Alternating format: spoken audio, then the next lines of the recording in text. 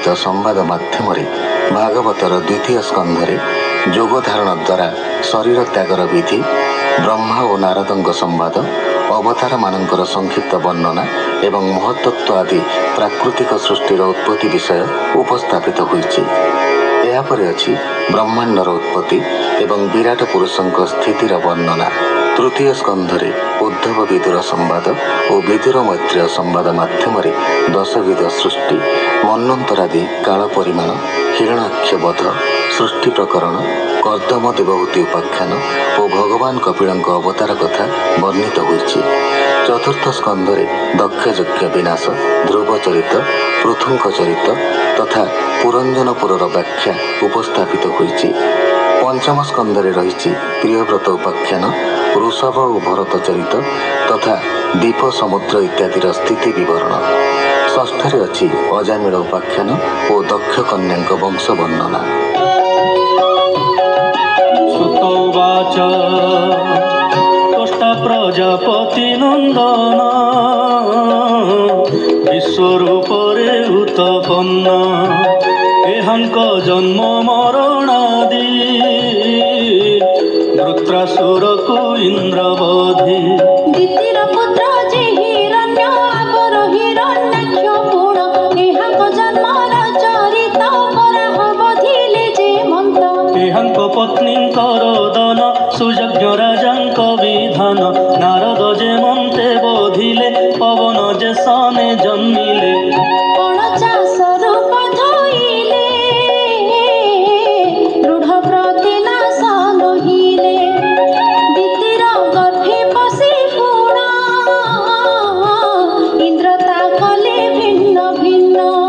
षष्ठ स्कंधर चरित ऊनविंश अध्यायुकत एवे जे सप्तम स्कंधर हिरण्यकशिपु असुर ताहार पुत्र प्रहल्लाद जे दैत्येश्वर इंद्र ताहाक जेते चरित प्रहल्लादक कष्ट मत हिरण्यकशिपु निधन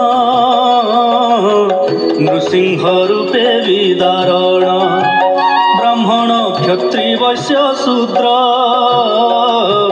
चारि वर्णर धर्म भेद ब्रह्मचारी जे वानप्रस्थ गृही सन्यासी चारि मत एथिर धर्म वर्णाचार सर्वधर्म कर्म विचार श्राद्ध विधि रे जेते होई सप्तम स्कंधे एहा कही 15 अध्याय संपूर्ण एवे अष्टम स्कंध शुण। चतुर्थ समनुचरित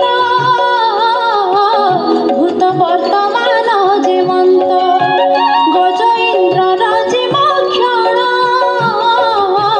ग्राहको चक्रे निवारिण सापरु करी परित्राण देले से वैकुंठे स्थान विष्णु मनंतर मानरे हयग्रीवादि अवतारे वराह मत्स्य जे कच्छप नरसिंह वामन रूप नाना अवतार महिमा क्षीरोद मंथन उपमा सकल रत्न उत्पत्ति लक्ष्मी अमृतर संभूति ऐरावत उच्चैश्रवा वरुणी संभूत होइबा धन्वंतरी जन्म कारण मोहिनी रूपर धारण ईश्वर पार्वती सरधा मोहिनी मोहे जेउ बाधा अमृत भक्षे राहु छेद चंद्र सूर्य ग्रासिबा भेद अमृत न पाई असुरे देवंक संगे युद्ध कले स्वर्ग छाड़ी इंद्र समेते पशिले गहन वनस्ते बळी जे स्वर्ग भोग करी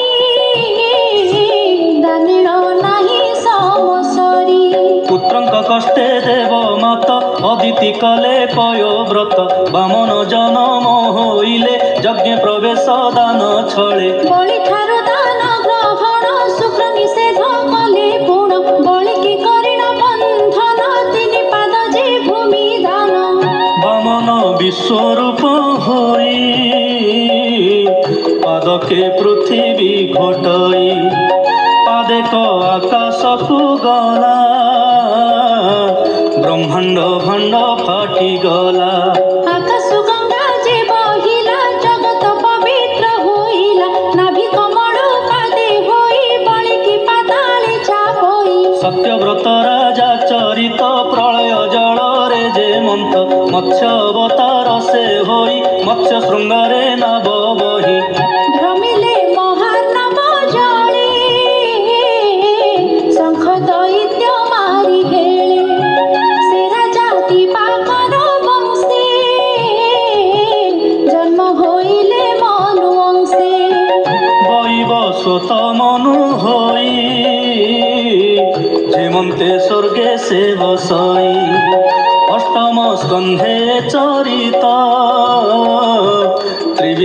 ଅଧ୍ୟା ସମାପତ। ନବମ ସ୍କନ୍ଧେ ଏବେ ଶୁଣ ବଂଶାନୁଚରିତ ବିଧାନ, ଯେ ସୂର୍ଯ୍ୟ ବଂଶାନୁ କୀର୍ତ୍ତନ ସୂର୍ଯ୍ୟର ଅଟଇ ନନ୍ଦନ। ବୈବସ୍ୱତ ମନୁ ନାମ ସେ ବଂଶେ ଇକ୍ଷ୍ୱାକୁ ଜନମ, ତାଙ୍କ ବଂଶରେ ହେଲେ ପୁଣ ସୁଦ୍ୟୁମ୍ନ ନାମରେ ରାଜନ। ଶଙ୍କର ସାପେ କନ୍ୟା ହେଲେ ଇଳା କନ୍ୟା ସେ ବୋଲାଇଲେ, ତାରାକୁ ହରିଲେ ଯେ ସୋମ ବୁଧ ତହିଁରୁ ହେଲେ ଜନ୍ମ। ଇଳା ଗର୍ଭରୁ ବୁଧ ବୀର୍ଯ୍ୟ ପୁତ୍ର ପୁରୁର ବାଉ ପୂଜେ, ତାହାର ଯେତେ ଉପାଖ୍ୟାନ କହିଛୁ ବିସ୍ତାର କରିଣ। ଏ ଦୁଇ ବଂଶ ଆଦ୍ୟ ଏହି ଏଥୁ ସମ ସୂର୍ଯ୍ୟ ବୋଲାଇ, ସୂର୍ଯ୍ୟ ବଂଶର ଯେ କଥନ ସସାଦ ନୃଗ ଉପାଖ୍ୟାନ। ସର୍ଯ୍ୟାତି ରାଜାଙ୍କ ଚରିତ ସୁକନ୍ୟା କରିଲା ଯେମନ୍ତ, ଚ୍ୟବନ ଋଷି ଉପାଖ୍ୟାନ କାକୁସ୍ଥ ରାଜବଂଶମାନ। ଖଟ୍ଟଙ୍ଗ ରାଜାର ମହିମା ସେମାନେ ଧାତାର ଗାରିମା, ସୌଭରୀ ଋଷିଙ୍କ ଚରିତ ସଗର ରାଜନ ଯେମନ୍ତ। ସଗର ଅଶ୍ୱମେଧ ଯାଗ ଷଷ୍ଠୀ ସହସ୍ର ସୁତ ତ୍ୟାଗ, କପିଳ କୋପରେ ଦହନ ଦିলীପ ରାଜାରୁ ଯେ ପୁଣ।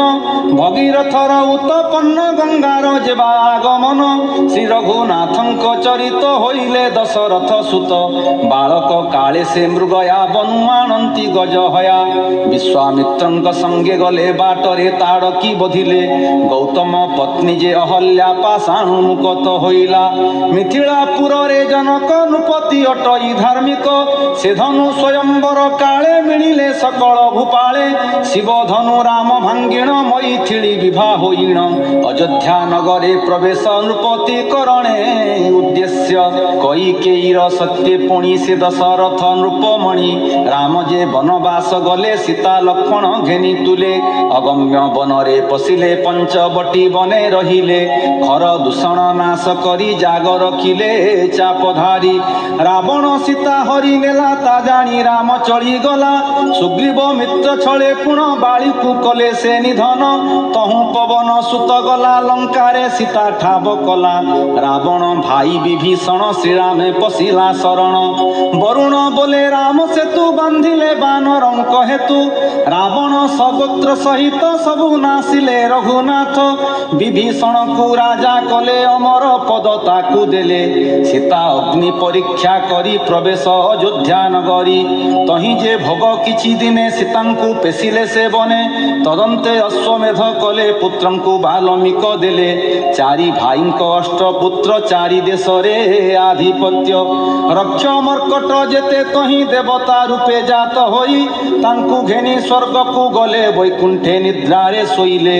ଜନ୍ମାଦି ବୈକୁଣ୍ଠ ପ୍ରାପତ କହିତ ଅଛୁ ସେ ଚରିତ, ସେ ରାମ ନାମ ଯେ ଧରନ୍ତି ସଂସାର ତାପୁ ନିସ୍ତରନ୍ତି।